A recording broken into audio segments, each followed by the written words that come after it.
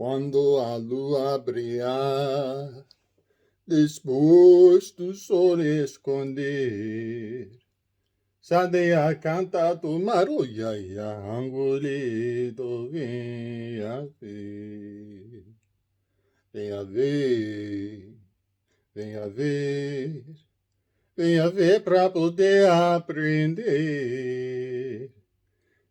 Quando a lua brilhar, oh iaia, depois do sol esconder. Give thanks and praise, you lovely, lovely dissidents. Have quite a few fun demystifying to do. Before I get into that, I want to mention my Cash App. I keep forgetting my Cash App. So yeah, down below in the description, there is a link for Slick Dissident's Cash App. Please feel free to be quite generous. All right, much love and respect. Planetary spheres. The alignment of the heavens is from 713 is really revealing in a great many ways, and I had an ever so slight misstep in my last episode. I want to catch that little error. I said that Mars and Uranus were in Leo, corresponding to the East Coast, but that's wrong. It's Venus and Mercury who are in Leo. And Mars, in fact, is in Taurus, which puts it over Helena, Montana, where a great amount of interesting history is being dug up around the history of the town at large, the false history, but also there's some scandal around the Opus Dei that is brought up to the surface. And this is really dark. These are dark energies coming up at a dark time with a dark purpose. And I've been doing a lot of research. The cliff notes are too far out to begin with. But I just want to mention that DEI, right? It's Opus DEI. Yeah. Oprah, her name is a command order to get to work. You get a job, you get a job, you get a job. Opus Dei, go to work, go to work, go to work. And it's funny because Trump is the opposite. Trump is you're fired, you're fired, you're fired. So Trump and Oprah, in the context of career generosity, are anode cathode to each other. I find that really wild. You could almost put Oprah as Cassiopeia and Trump as Cepheus. You could almost do that. It's uncomfortable, but it could be done alchemically. So DEI, is that it? Am I spelling that right? Yeah, is Opus Dei. And they got that thing for cracking their own whip, whipping their own crack. The toilet paper shortage was the commode deity fetishism, commodity fetishism. And for everyone to be publicly displaying their concern and their virtue for storing up on how much they can crack their own whip their own crack, wipe their own crack. It's a real dark Schopenhauer Belphegor spell, really. It's a Belphegor spell. All that toilet humor, the commode deity fetishism, and the fact that they locked out the toilet paper for a couple months while they were backstocking on facial tissues.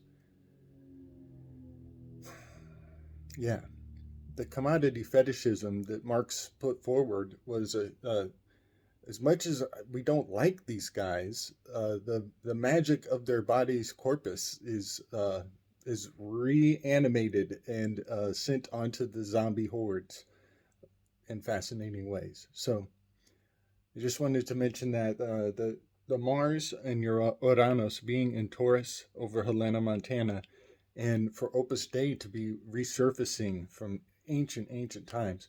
It's very fascinating. Also, having Neptune over air coming across Aries across the equinox line, I just have to say that the earthquakes popping off in Washington, right off the coast of Washington, those earthquakes off the coast, that is absolutely indicative of Neptune coming across the equinox line, 37-degree Mason-Dixon right here. The Mercury is just moving to the north of that.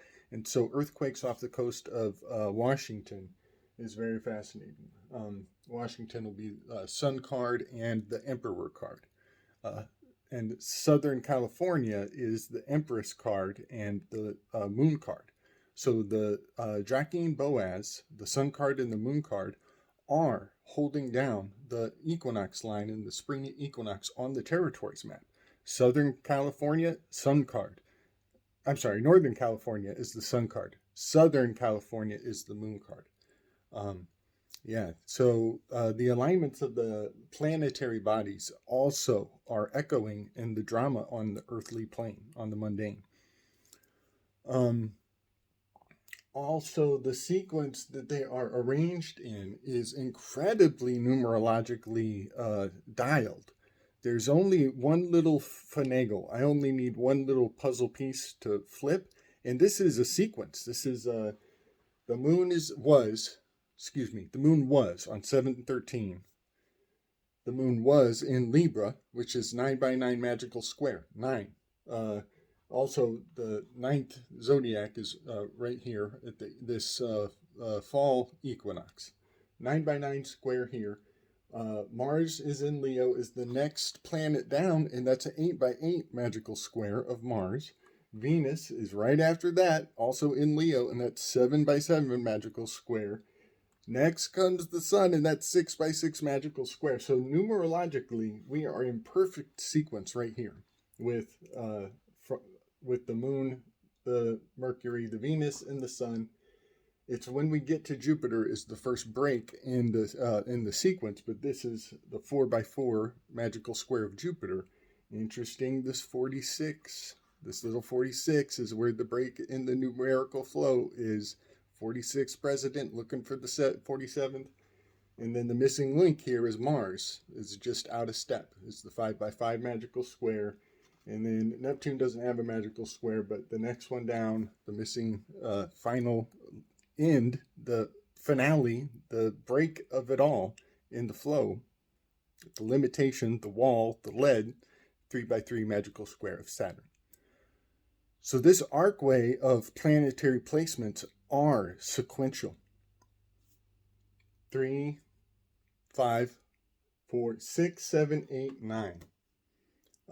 And I don't think they're going to arrange into sequence anytime soon. I didn't try to make that happen. But I do find it fascinating when we look at the orders, when we look at the tables and we look at the sequences. These little breaks are actually telling us a great amount of information. So I wanted to set that straight. And for Venus and Mercury to be in Leo is definitely conveying a lot of the energy of this, of the lust card here. And in my last video, I said, we're only thinking about the Cancer card, but I see a great amount in the psychodrama, the cosmodrama, really, that played out. I see a lot of lust card. I actually see the entire Hornavian group of Uriel Raphael holding the Hornavian group of the most withdrawn, the KOS. This is a chaos spell. This is the man up on the podium. This is his Tweety Bird, sniper, Snoopy sniper, watching his back, watching the tan shed, where somebody's finagling and getting ready to cash in on high corruption. And then after the event, this is the lifting, the pumping of the fist. This is the Bellamy salute. This is also, I'm going to go the distance on this, y'all. I'm going to go the distance on this. This is not just Joe Rogan's studio. Also, and this has a great amount to do with the George Floyd events. This is the Rodney King and the chauvinist pig uh, uh, killing a man, and then using it to spark off war and acrimony and a mass magnification spell. But think of this as Trump lifting his fist. Think of this as uh, the the Floyd event. But also think of this as Joe Rogan's studio. It's crazy how much it fits this card, how much it looks exactly like this card, even the headphones of the beast there. But I'm gonna go with a distance, y'all. This is the most provocative thing I've ever found. This is very much in accord to the cover of the book, The Jew of Lentz, which is a claim from some author that Wittgenstein was the childhood example that made Hitler such a hateful person. And the book was putting all of the World War II atrocities on the shoulders of one childhood uh, um, rivalry. And I think that that is Wittgenstein's childhood photograph. And I think that is his face right there. I think that's the spirit of Wotan. And I think this is Hitler. And it's extracted exactly off of the cover of the book, The Jew of Lentz. So for this to be George Floyd and to have sparked off a bunch of acrimony and war, and we're going to blame one guy or one event from one person, and we can only argue about the one thing when in fact all of the war is the problem, not the cosmodrama. But this is also Chump. Before he gets put in his little vehicle to drive off, he does his little fist pump, and everybody's blood is boiled, fully boiled. And so, yeah, if you want to research the book, The Jew of Lentz, you can. But I'm finding out that Wittgenstein was actually anti-John Popper. John Popper had beef against Wittgenstein.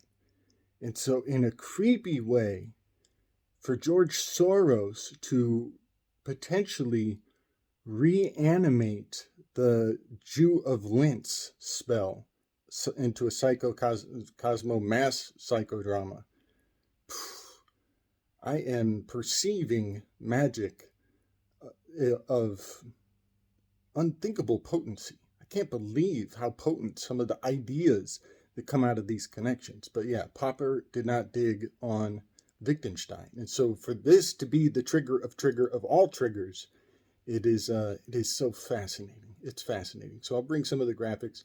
But yeah, also the headphones of the, Joe Rogan's got the iconic headphones, but everybody in podcast world is headphones obedient. There's a strange aspect of that, hearing disembodied voices, listening to disembodied voices.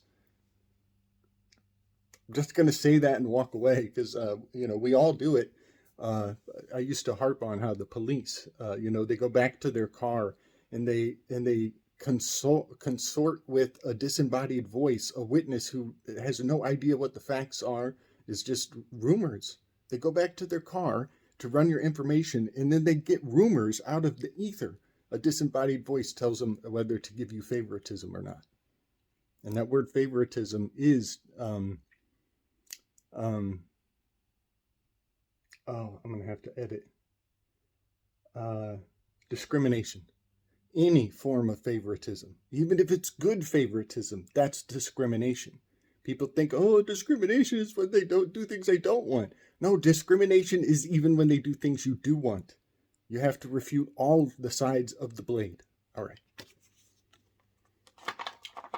So the chaos spell is coming into fascinating context. Is I'm allowing other cards to potentially inform the ritual that was put forward. All right, I'm going to ramble through some total. I'm pulling the rug out from under the entire illusion. Okay, that's my goal here. I'm not trying to spin wheels and go nowhere. I'm pulling the rug out from under the whole entire illusion. That kid is Where's Waldo? He is Where's Waldo. And they're trying to say that they spotted him in the crowd earlier and watched him poke around, and he pops up here, he pops up there. Waldo had a crook cane. He's walking around with the crook cane, just like the sniper. And that crook cane was also on the Nescafe. The top of the Nescafe had a rifle on it with that one commercial right after JFK was killed. And so, also on an earlier show, an earlier episode, I made this claim that cacao or coffee was the Baphomet of the Enlightenment, and I did not elaborate.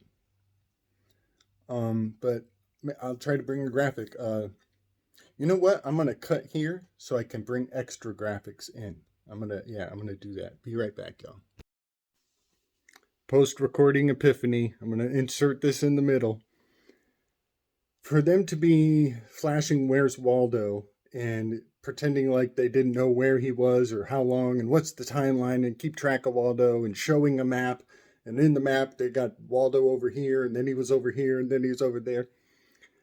For them to be doing "Where's Waldo" and mocking people on that deep of a level, I just want to point out that it's not unprecedented. This is not the first time that they've done this, because Oswald was the name for the proto Mickey Mouse. The first Mickey Mouse was an Oswald, and then they got rid of him. They scrapped him. That's a tragedian technique, the sacrificing of your earliest projects so that the best good can go forward. You have to sacrifice your early works. That's a tragedian right. So Oswald the Mouse was tabletop exercise of sorts. And then also, I just have to say it. I mean, The Wizard of Oz, all of the Ozzy kind of things. Rasputin was shot from a high location, from a castle window, in a courtyard by a fella also named Oswald. So yeah, the international intrigue and levels of nepotism are vast and profound. And one more thing, for anybody who still thinks that there is such thing as these guys not working in complete and perfect cahoots, perfectly in cahoots. It's not like they kind of are actually friends and they're not telling us.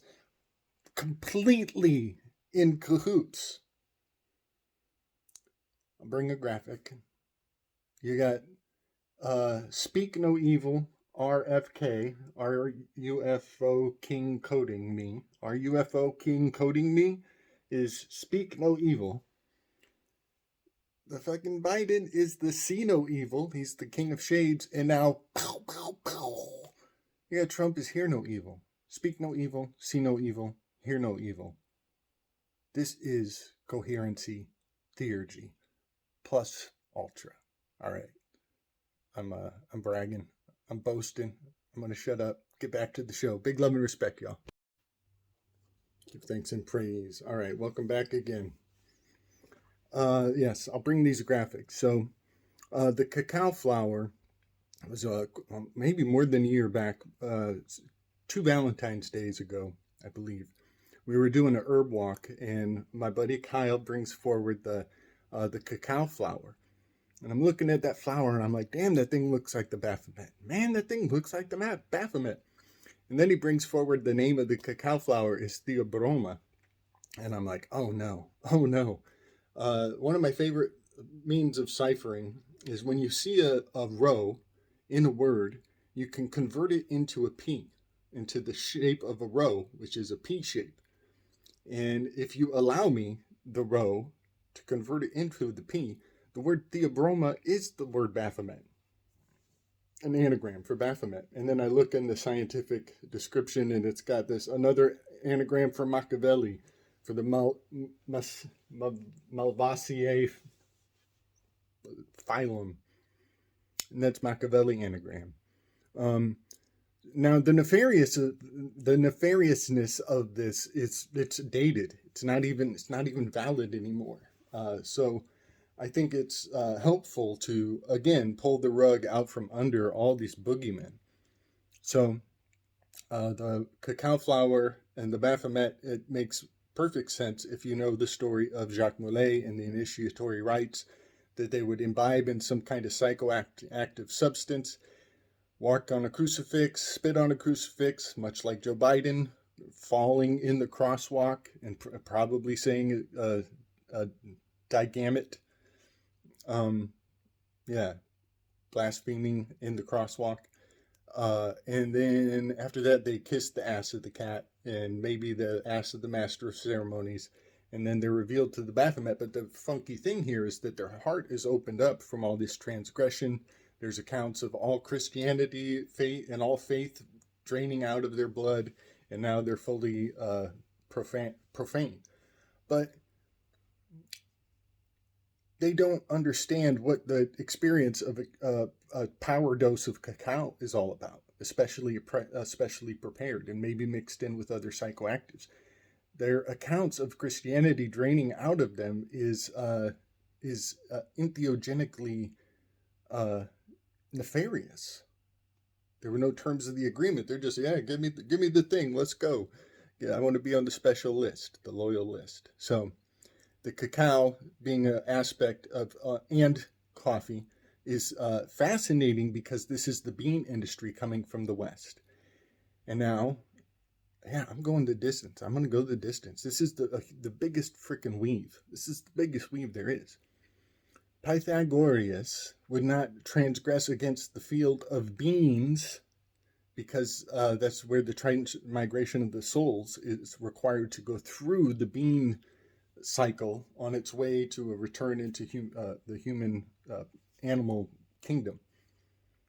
This is so revealing, but only to those with this like dissident imaginative vessel.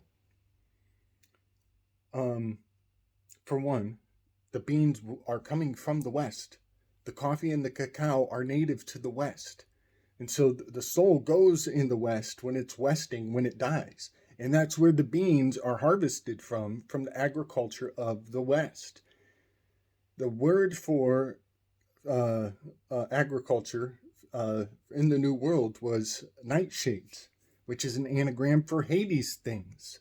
And so the idea that spirits go to the West and the idea that it goes through the beans on its way to return into humanity is actually topographically impeccable. That's if you're into what East and West means, at least what East and West means, then you have to admit that the transmigration of the souls going west literally goes through the source of where the beans are from. Now, also, now chocolate is an anagram for locachu. That's creepy. But I think it's another scarecrow keeping the Knights Templars trade commodities locked.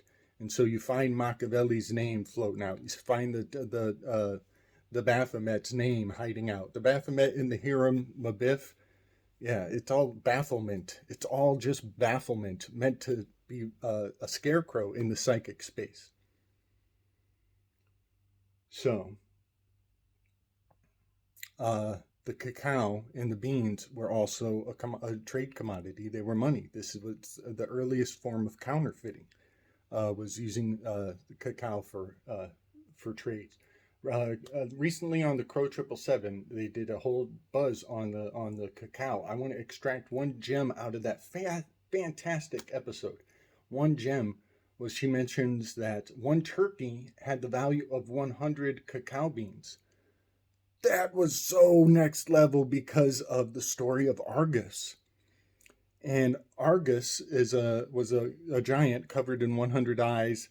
He gets slaughtered, and Hera turns him into the peacock with the 100 eyes on the feathers of the peacock.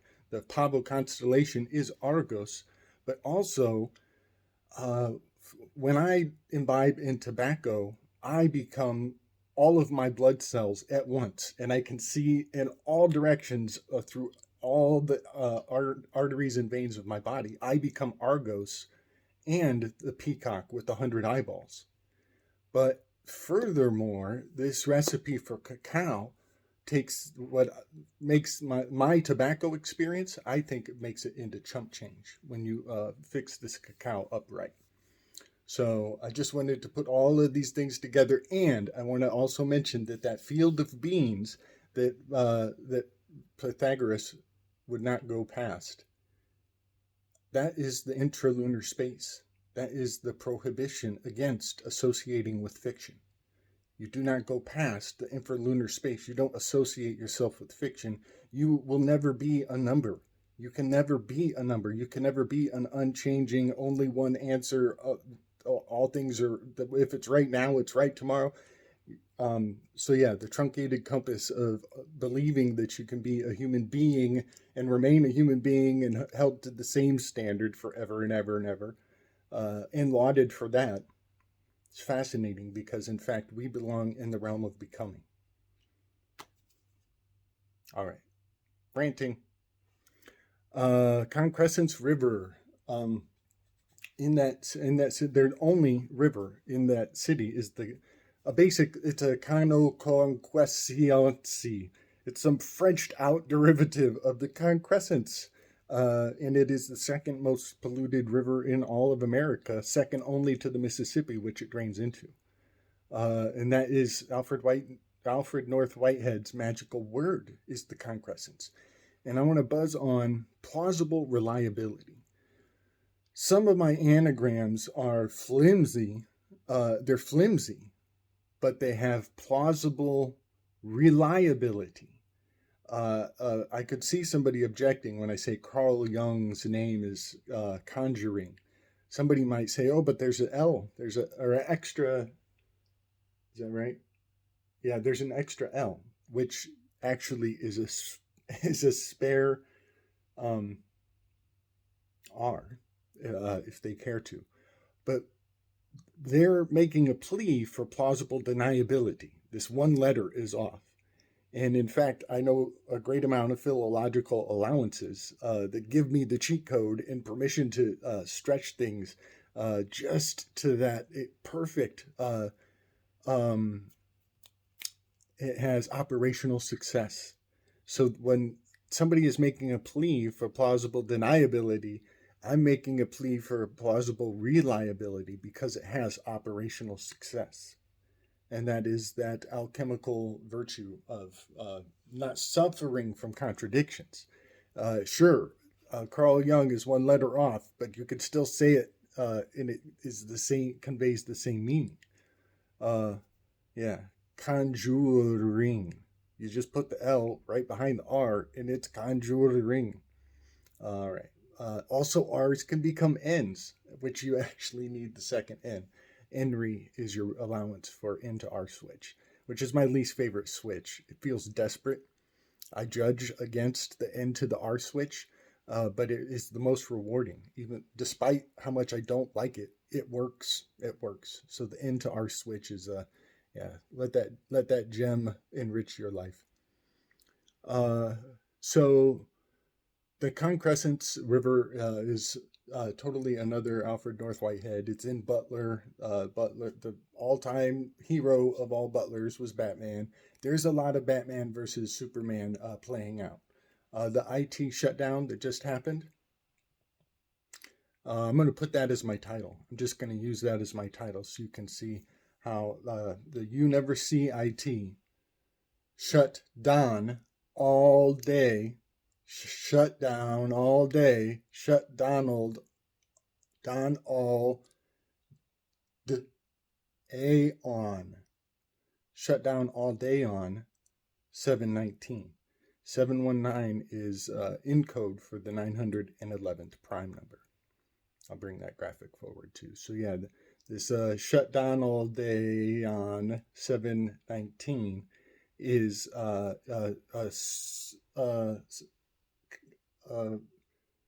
Hollywood, Bollywood tomfoolery of when Superman had to save Lois Lane. He had to fly backwards and reverse the spin of the Earth to go backwards in time and save Lois Lane. This is Julian Assange. They're unjailing the Assanger, and now journalism is free again. And then Jimmy comes running up to interrupt their hug, and Jimmy is looking like some interesting characters on the world stage right now. Jimmy looks a lot like some interesting characters on the world stage. I'll leave that for you guys to decide. So yeah, also grounded flights. Grounded flights. There's your Groundhog's Day. There's going to be a thing about flight threat. A flight threat. That's what they're seeding for the future. All the pre-crime and the emergency risk protection order is an ERP, but backwards that spells pre. So the pre-crime is being set up, and risk flight is another term that's going to be I see unpacking out of this Groundhog's Day stirring of the pot. And then the last thing I'm going to end on, I don't even know how to handle this. I do not know how to handle this. I've been talking about the no-digma, that the sixth seat was an empty seat. This is the seat perilous. This is who you're going to marry and who's going to espouse you and what you're committed to, what you're loyal to. A lot of this number 6 mentality is kind of single-minded, very, very single goal-oriented. But it also has a fetish. It's an interesting turning point, this 6 and the sexiness of it. Oh, it has that shadow of the 13, triskaidekaphobia. I don't even know how to handle this. But in the Greek alphabet, there was no digama. Digama was a late arrival, and it's even a foreign symbol that was inserted post production. It's retrofitted. It's retcon. The digama is retcon into the Greek alphabet. Folks, no digama is Armageddon in reverse. No digama is Armageddon in reverse. I don't know what to do with that. But that IT shutdown was Hollywood Bollywood. It's just silliness. I'm thinking the no digama of Armageddon is really encoding having no dogmas. The person who you choose to marry, the person who is your designated blind spot, who you can love the way they hate you, and they hate the way you love them, and you can work on agreeing with each other's fear and shame. The shame play. It is a safe place for no dogma. It's a place where there's no dogma. So the person you marry, who you're loyal to, is a safe space for you to actually speak candidly, and exchange hostages. Your secrets and your fears in life are actually hostages that you give to your loved one, and they might playfully tease the hostages of the trust of the stories of your life. They might tease you back with it. And so there is a playful, healthy relationship of exchanging secrets and fears and shame with somebody that's going to teasingly bounce it back at you for your own benefit in a healthy way. So the no dogma of Armageddon, it sounds like Slick is over here cracking the 7th seal to bring down the angels of the rebellious. Yeah, all right, sure. If that means divorcing fear from your life, sure. So yeah, no dogma. That's what Armageddon's all about, y'all. Think about that. I'm just going to float that out there and let the horses ride. All right, love and respect.